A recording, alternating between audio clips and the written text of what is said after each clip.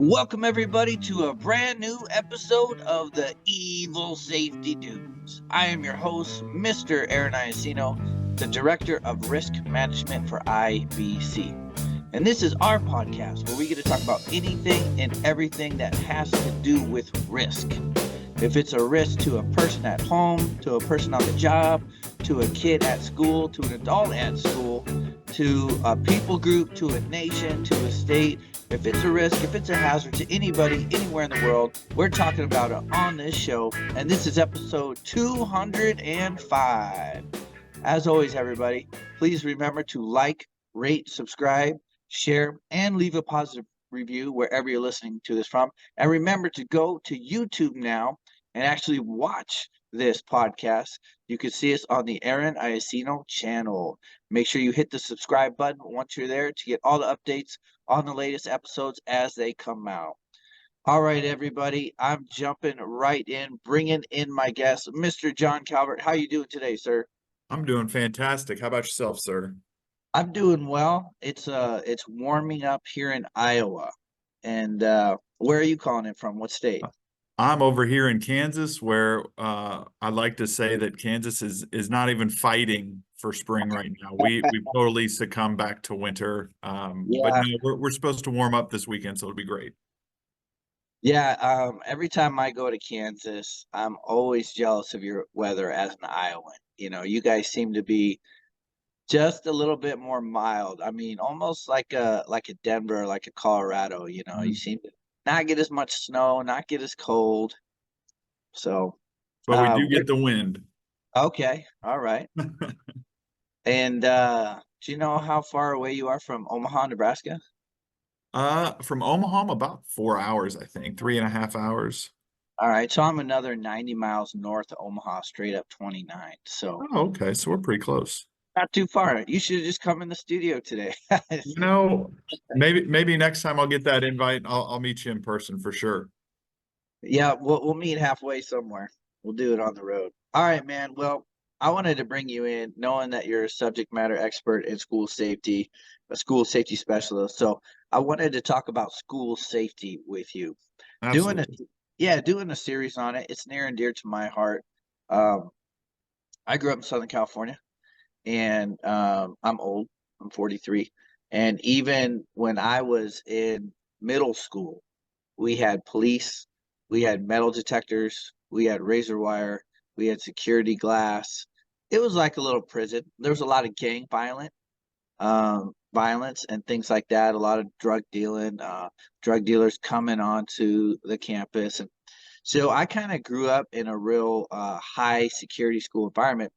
When I left there in '97, moved to Denver, it was less. And that's when Columbine happened. I was a nursing student and doing my pediatric rotation. I took care of those kids shot at Columbine. 1999. Yeah, and we're coming up on the anniversary here, Sure making me are. feel real old. Yeah, April 20th. And then I moved to the Midwest, and like, you know, most schools lock their doors, and then like high schools only. Most of them have school resource officer, and that was it. And so that was kind of different for me, you know. Um, what's your experience like as far as like security goes, you know, in the Midwest for schools? Sure. So I actually have kind of a weird roundabout way about how I got to where I'm at. I grew up in Tennessee, and was there for a long time up until eighth grade. And I actually moved here to Kansas in eighth grade back in 1997, 1998. I like to tell kids all the time and people that I only did one lockdown drill my entire K-12 life, Wow. and that was back in 1996. Did you do tornado drills? Oh yeah, in Kansas we definitely do tornado drills because We I'm did not getting sucked into earthquake. Oz. That's not happening. I would not bode well if somebody jumped out from a corn stalk and started hollering at me. Not good. But I remember 1996 Mrs. Wells science class. They got on the. I went to Ross and Robinson Middle School. Shout out Ross and Robinson. And they Nice. got and said, "Mr. Robinson, please come to the courtyard." Well, we didn't have a Mr. Robinson and we didn't have a courtyard. That was the call sign to for the teachers to tell us to get under our desks. And so we did. And I like to joke with people all the time. I should have known at that point in my life that I was going to be in some sort of a school safety aspect because I was in the front row because I was that kid. So I had to sit in the front row. And I was staring out of the window that was in the door. And I said, Mrs. Wells, I don't understand. If I can see out into the hallway, can't the people who are out in the hallway see in and see me? And she, in true 1996 form goes, John, be quiet. I'm like, okay. But moved to Kansas, had an SRO in high school. Fantastic, fantastic SRO. Really shaped a little bit about who I was and what I wanted to become. Left and graduated in 2002 and from high school and got a degree then later, 4 years later in criminal justice, and graduated in 2006, became law enforcement. Um, I got married. We had a beautiful baby girl. I was working second and third shift. I was, got all this fantastic training. My goal in life was to be on the SWAT team. And my wife looked at me one day and I said, Hey, baby, I'm John the Sixth. It's time to have a boy. And she told me, if you want a shot at having a boy, I'm tired of being a single mom. You better get yourself to first shift. And I said, Oh yeah. the only spot on first shift is the school resource officer spot. What do you, me with kids? Okay. So I interviewed for it. I'd like to think a lot of people interviewed for it, but again, 12 years ago, I probably was the only one in the department who interviewed for the SRO spot, but I got it. Was the best 6 years that I had. I was an SRO for 6 years, built countless relationships with students and staff members. It was fantastic. Yes, I did get my boy.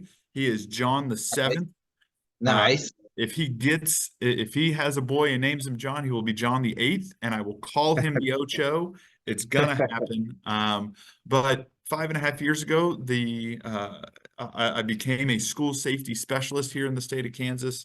And I love going around and just being able to share some knowledge, presentations, whatever we can do to help keep our kids safe, our staff safe. But again, it's passionate for me. I'm passionate about school safety. It's what I've really realistically dedicated the last 12 years of my life to. My wife is an elementary school principal, so I want her to be safe when she goes to school. My boy is in fourth grade right now, and my daughter is in seventh grade. So I want them, when they go into their schools, to be safe. So I get to wear a lot of different hats, and speaking to educators or law enforcement or community members, I can wear that hat and speak from their angle. So again, just love to get the message out there about what we can do. So let's talk about school resource officers, SROs. So Absolutely. as far as like school safety, as far as just gang violence, active shooter, just maybe sexual violence, just any of the hazards that are in the school system. How important do you think the role is of the SRO? I mean, do you think like all schools should have them? Absolutely. So I'm going to speak from bias, and I can put that out there as a former SRO. I don't think there is any more important role in our law enforcement than our SROs. And if you can get a good individual, this is not a spot where we put people to hide, right? Oh, I got 3 years to retirement. I'm going to the SRO because I'm just going to skate, right? Or they continue to get in trouble on the streets. Let's push them over there into the SRO position. I don't buy into that. It needs to be a special person who understands schools and understands kids, wants to be there, gets that specialty training on how to be there, because work in the streets and work in the hallways, two totally different worlds. But you get in there, I can tell you, it's another person that just gets to build and maintain the positive relationships with our kids. My wife, one of the smartest women I've ever met. She has a bachelor's degree, a master's degree, and a doctorate, right? She's been in education for 16 plus years, and is fantastic. And again, coming from bias. But not 1 minute of one class of 1 second was ever spent on school safety, was spent on how to interact with your SRO or law enforcement when they come into your building to do whatever. And she has years of extra schooling. So you don't know what you don't know. So having a law enforcement person come in and say, hey, have you thought about this. This would be a really great safety thing because that's where my mind always goes. That's where I was trained. That's what I've done. And we have very interesting dinner conversations around our table. I can't Right. wait until my kids get a little older and they can reflect back and go, "Oh yeah, no, I remember when I was 7 and my mom and dad were talking about this, and I had no clue what they were talking about." But we like to say we try and save the world at our dinner table. But having a great SRO that can get in there and bond with those kids. I told my sheriff all the time, I solved more crime that was happening out on the streets because I was inside the school. Because those kids had that relationship with me that they could come to me and say, "Hey, Officer John, you didn't hear this from me, but this is what's Wow. going on. Hey, Officer John, I want to let you know that here's a text message that I got. Here's a social media post I want you to see. Not necessarily maybe something that's happening in the school. It can be, but it could also be happening out in the community and Right. building trust. I tell people all the time, the Secret Service comes out with statistics after these violent events in our schools. 96% of the time, someone knew that it was going to happen, but they didn't have that trusted person to go and tell. Having a great SRO, again, that is that special person with specialty training who goes in there and just builds the positive relationships with kids, that's another adult that kids can feel comfortable going and saying, "Hey, there's a violent situation getting ready to happen.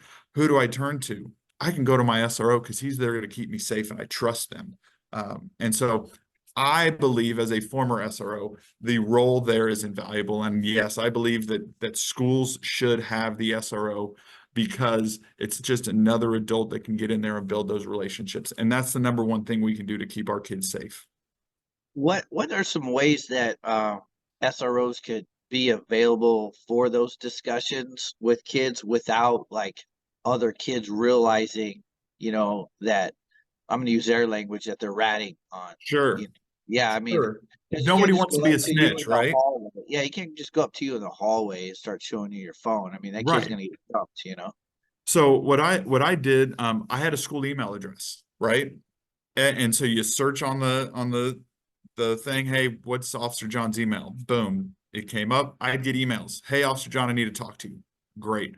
I'm not going to get them to talk, right? Because again, there's that perception of, "Oh, you're going to go be a snitch. You're going to go rat." No, I'd have the secretary call them. I'd have another staff member pull them out of the class and just walk and say, "Hey, go to Officer John's office." And my Right. office was in a different part of the building, away from everything. And we did that on purpose so that people didn't have to walk by a whole bunch of people and they knew they were coming to my office. So come into my office, sit down, shut the door, whatever we need to do, and just talk. Or, "Hey, Officer John," on the email, "Officer John, this is what's going on. This is what I'm hearing. Here's the screenshot. Let me just," kids and technology these days, they Oh can do a whole bunch of stuff. yeah. But yeah, you're absolutely right. We have to keep that in the forethought that our kids want to talk. They know things, and that's why we have anonymous reporting tools. And whether it be you call a hotline or you use an app, school districts out there all the time now have anonymous sources and anonymous ways to report things, and it's so important. So, um, that's awesome. That's kind of built in place with the anonymous reporting. You mentioned something a little while ago about, it's not a place just for a guy getting ready to retire go or a guy get in trouble, that they Mhm. need, the training to be in that atmosphere. That just, made me curious, like what kind of training does a school resource officer get that's like unique to the schools? Absolutely. So I was very lucky. My wife knows this, but I don't like to tell her and remind her often. But she is the reason that I was successful as an SRO, right? I had 6 years of street experience. I graduated the academy, did all the things. Um, and when I got in there into the school, there really wasn't a whole lot of training going on for specific to the SRO position. And so a lot of what I did was through fumbling around and making mistakes. But I had my wife that I'd go home and say, "I can't believe that this staff member, that this administrator did this." And she goes, "Well, do you want to know why? It's because of this law or that, or we know as educators that this is very important." And I go, I had no idea. One of the best trainings I ever went to was a teacher training, and they talked about absenteeism at this training, and it was a 4 hour block just on absenteeism and why it's important. Well, I had no clue that if you miss 10% or more school in a year, you're more likely to drop out. You're more likely to get arrested, end up in the criminal justice system, not graduate, not get a job, all of these things. And it doesn't start when you're in high school. It starts in kindergarten. If you're missing 2 days a month or more, you're chronically absent. And I didn't know how important that was. And so trainings now are fantastic. We have NASRO, the National Association of School Resource Officers, who put on fantastic trainings around the country. We have states that are going out and actually doing their own statewide SRO training and bringing in experts to come in and talk and teach and give boots on in the hallway type approach. But we need to understand that when we get out into the scene on the streets as a cop, this is mine. When I go into a school, we share it. I have that administrator there, right? I have the parent, I have the kid, I have a teacher. It's not mine. We're now working together. We are one chain linked for success, is what I like to say.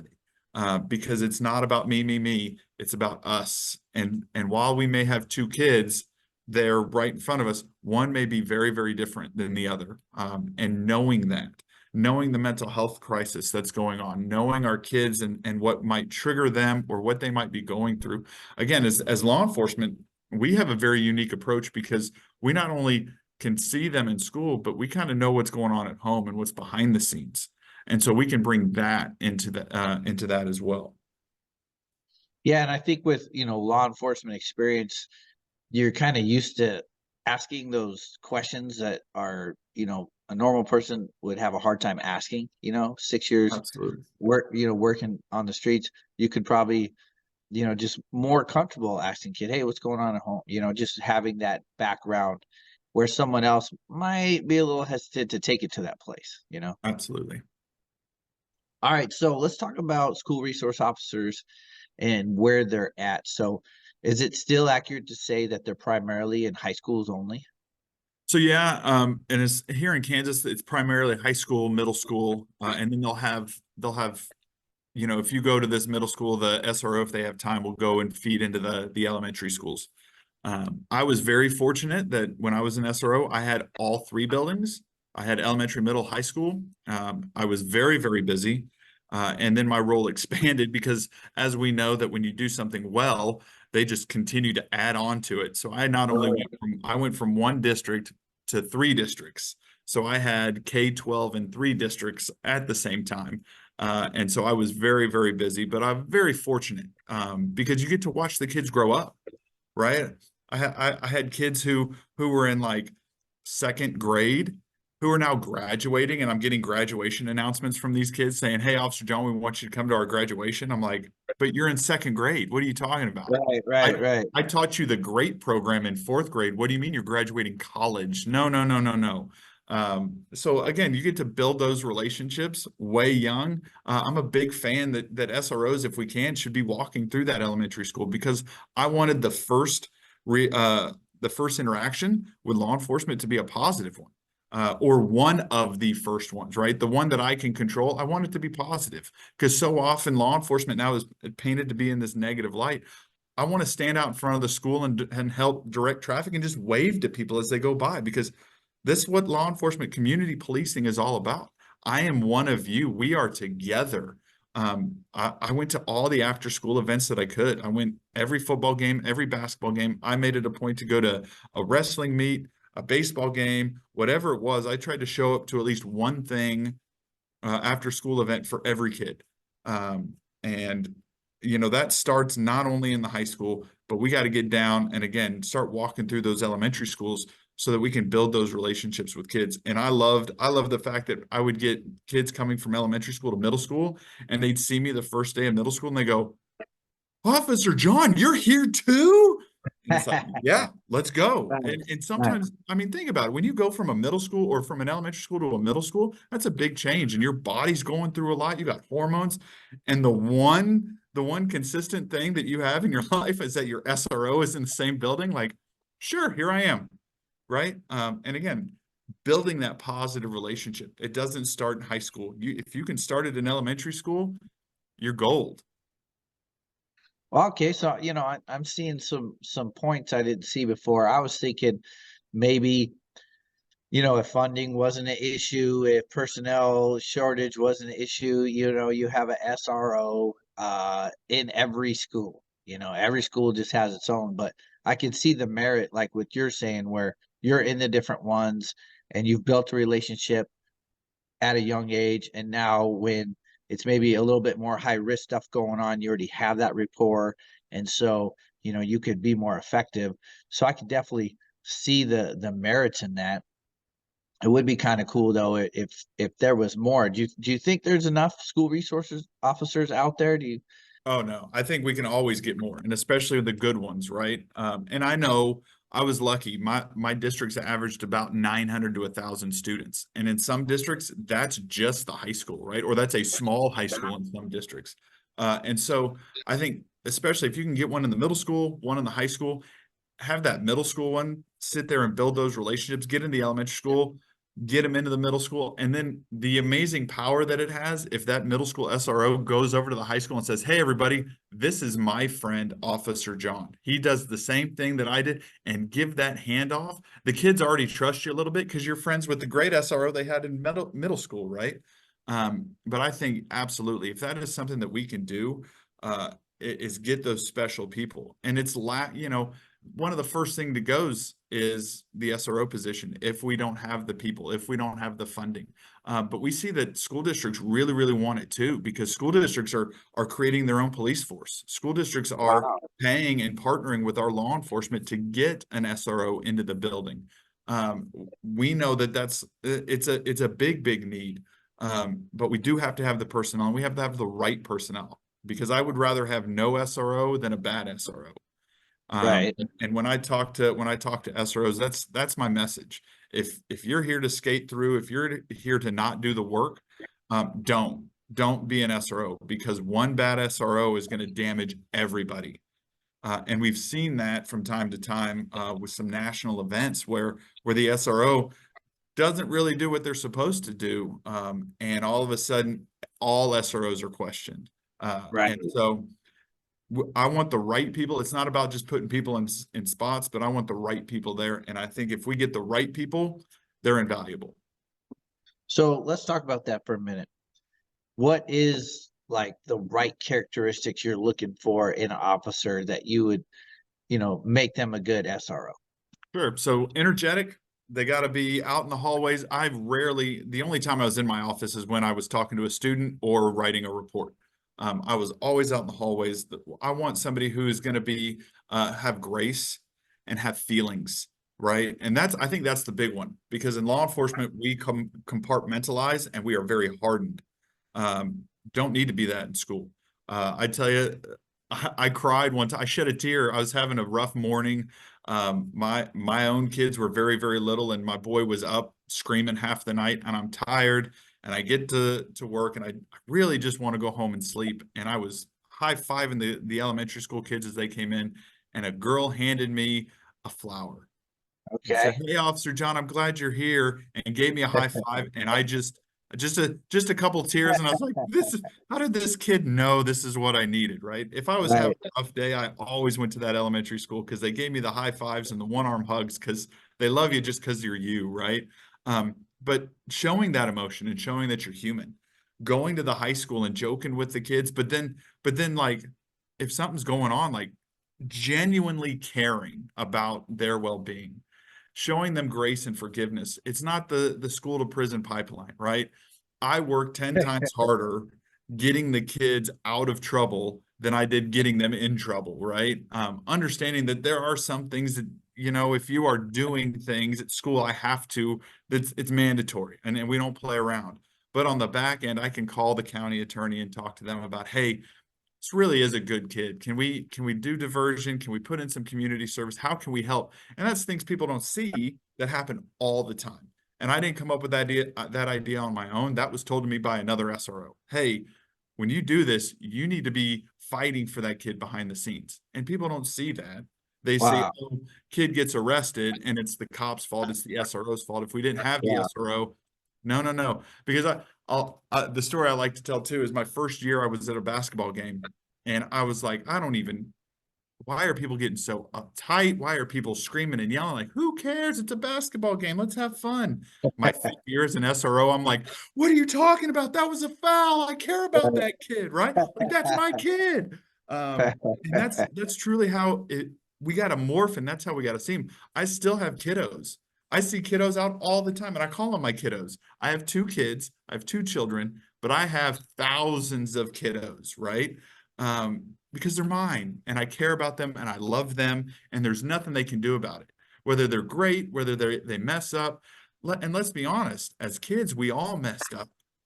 And Oh yeah. I want you to mess up when you're a kid because that's when you're supposed to do it. Let me help you through it. Let's not have it ruin our lives and let's get past it because I love you and there's nothing you can do about it. And so if I truly believe that, if that's what I say and that's what I tell my kids, and I tell my kiddos and the students, then I got to walk that walk too. So I think the basic characteristics. I know I rambled off a lot there and followed a squirrel, but having compassion, Right. wanting to do what's best for kids, and safety mindset that is not hardened. Right? We want to have feelings. It's okay to show emotion. Get those high fives, build those relationships. Again, that's the number one job I feel like the SRO should be doing is building and maintaining those relationships. And it's tough. It's tough sometimes because again, we're the adults.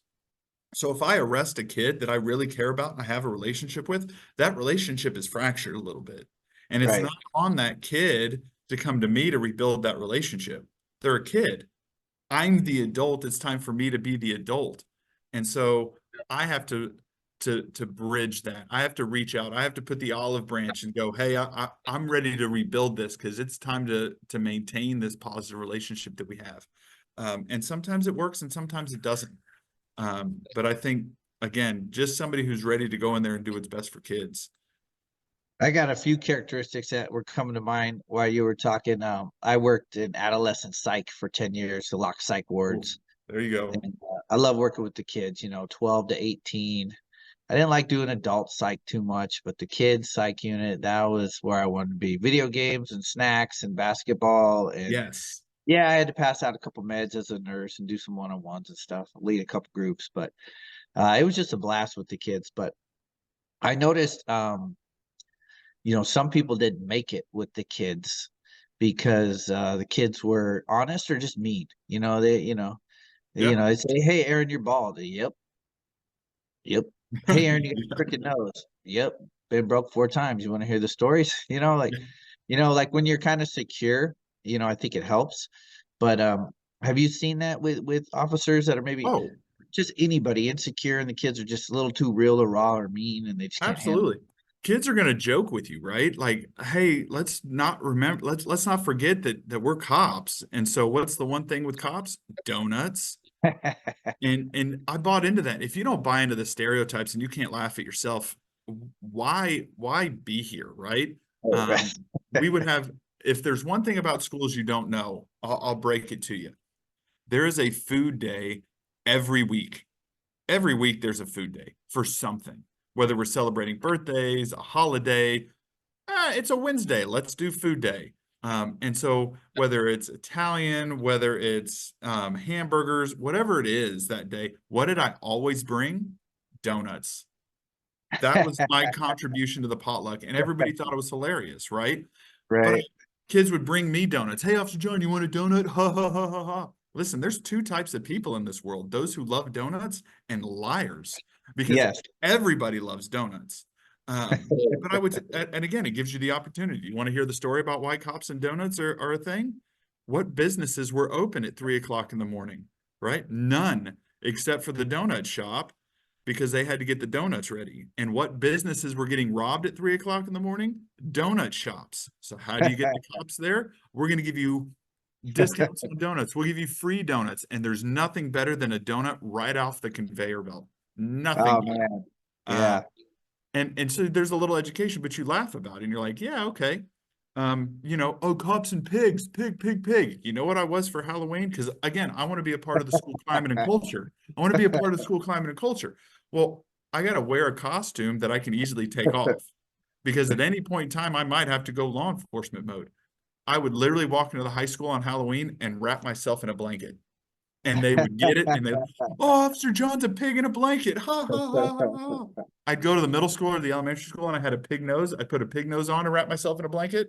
I'm a pig in a blanket. Ha ha ha. Everybody laughs because it's the stereotype. Everybody's thinking it. So I'm not going to get offended by it. But on the other hand, something happens, I have to go law enforcement mode. I take that blanket off. Now I'm a cop. Here we go.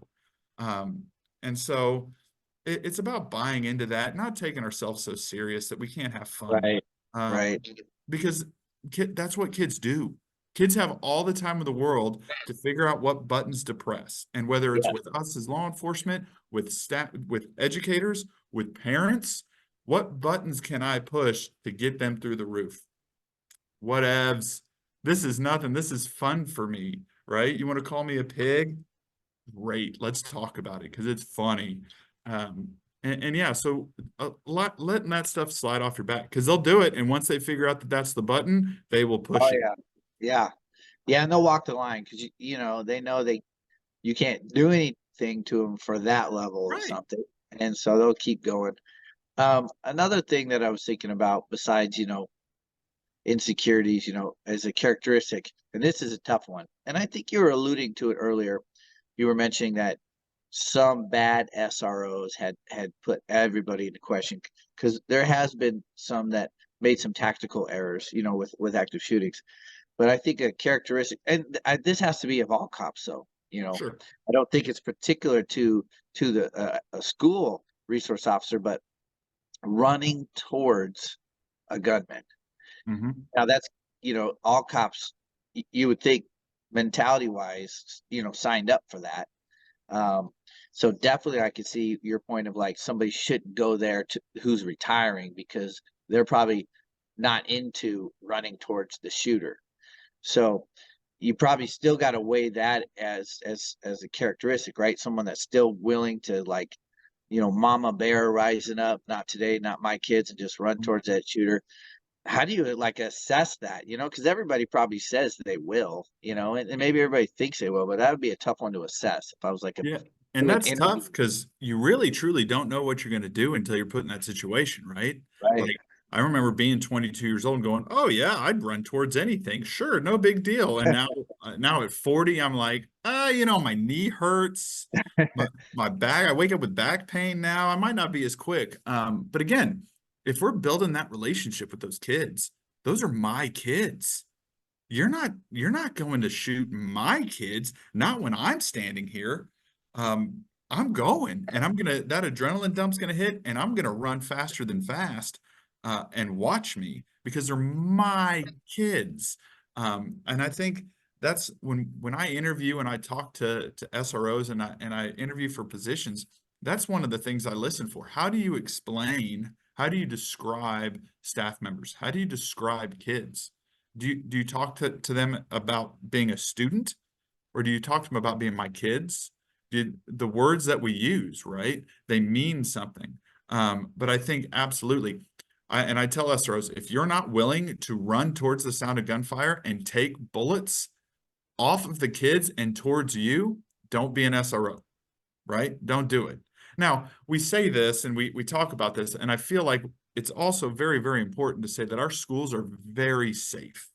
So often we watch the news and this is all we hear about and we think it's doomsday. And I'm not saying it won't happen. I'm not saying it can't happen. It will happen. However, statistically speaking, we are 1,600 times safer inside of our schools than we are anywhere else, right? Schools are very, very safe, but so are a lot of places. And especially as law enforcement in that school, if something goes on in that school, that's my school. These are my kids. These are my staff members. And that's the mentality I always had. No one's ever going to do anything in my school to my kids if I can help it, right? Like these are mine. And so it did start off like that. Obviously, my first year, I had no clue what I was doing. But when you get to be around these kids 40 hours, 50 hours, 60 hours a week, see them inside of school, outside of school, at after school events, and you start building those relationships, man, I love even now keeping in contact with kiddos that I had 12 years ago who are having babies of their own, and coming up and showing me, hey, Officer John, this is my kid. And I go, but you're like 16. What are you talking Right. about? It's your kid. And they're like, oh no, Officer John, I'm 28 years old. I've been married for 3 years. This is my husband. This is my wife, and this is my baby. And I'm like, okay, thanks for making me feel old. I appreciate that. But I think understanding that realm, and again, it goes back to building those relationships, because if you really love those kids and have that relationship with kids and the staff, the mentality is, this isn't going to happen, I'm not going to let you. And so I'm not standing outside this building, I'm not standing outside this door, I'm going in. But it's learning from those events, right? Communication error, how do I communicate better with everybody? How do I understand the realm of what's going on? I don't necessarily judge Monday morning quarterback anybody, but I'm going to learn from every single situation that's been out there, so that if the time comes where I have to put myself on the line, we're doing it better. And so having that mentality, though, I think is very, very important. And again, it's one thing to say, oh yeah, I'll go towards the sound of gunfire, I'll put my life on the line.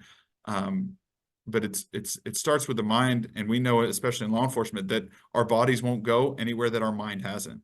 And Right. so having that mentality, thinking about it prior to an incident, where am I going, what's going on, and then trusting our instincts and trusting our training, and going in and making sure that our kids and our staff members are safe. Awesome, man. That's a good way to wrap it up. Any final thoughts out there for concerned parents or people who might be considering becoming a school resource officer? Sure. So again, as a parent, I can tell you that there are tons of resources. We want you to feel safe. Coming about and talking to the right people, doing it in a professional way where we can sit down and be on the same side. We're all on the same side, right? We want our kids, we want our schools to be safe. And so understanding that we're fighting the same problem, and unfortunately, a lot of times it's a human problem, and humans are unpredictable. But talking it out, making sure that we come in and say, hey, I have this issue. I know you're on my side because we want to keep our schools safe. This is what I got. How can we do this? Or something along the lines of, understanding that I don't spend 24/7 on social media. I hate it. I'm so glad when I get to go home and plug my phone in and just be in the moment. But our Right. kids don't do anything else but get on that phone, and they're on it all the time. So if they hear something or see something and they come to a parent and say, hey, this is what I'm hearing or seeing, it's okay for the parent to reach out to the schools, to reach out to the SRO, or whoever they can. Don't sit on information, no matter how small, because hear something, see something only works if we say something. And again, as an SRO, that's another person that you can go and say something to. So as a community member, as a parent, we're on the same side. As someone who's looking into being an SRO, there's no greater joy in the entire world. I can tell you, I loved every minute of it. The good, the bad, the long hours. It all melts away when a kiddo comes up to you and just gives you a hug and says, man, I'm so glad you're here. Thanks so much, Officer John. Right. Or you get to be the one to guide the kids through a tough time, right? Because we're all going to go through tough times. And so for them to reach out and say, hey, I need you to be a counselor. I need you to be a mentor. Which as an SRO, I was a counselor and mentor far more than I was a law enforcement guy. But just you getting to bond with the community, getting to be a part of the school life, and the staff is amazing. It's a different world, but if you're in it for the right reasons and you're there to build those relationships, it's a very fulfilling career. And love to help anybody out any way that I can. Couple more questions. If you Sure. had a magic wand and you could just make the job better, either technology or budgets or staff, as far as the school safety goes, what would you do with your magic wand? It can only be used towards school safety and security. If I had a magic wand for school safety, I would implement some funding and training and personnel, of course. But I tell people all the time, we need hardware in our schools. We need those buzzers. We need the locked doors. But we need hardware. I call it hardware just as much. We need those caring, compassionate people. But more so, we throw on a buzzer system and we say, okay, we're good, but we don't train the secretary on how to use it or what questions to ask. We just throw it on and go, okay, when they come in, this is what you need to do. So the training piece as well, I think is important. Definitely. All right. Last question. We like to ask this from time to time to guests.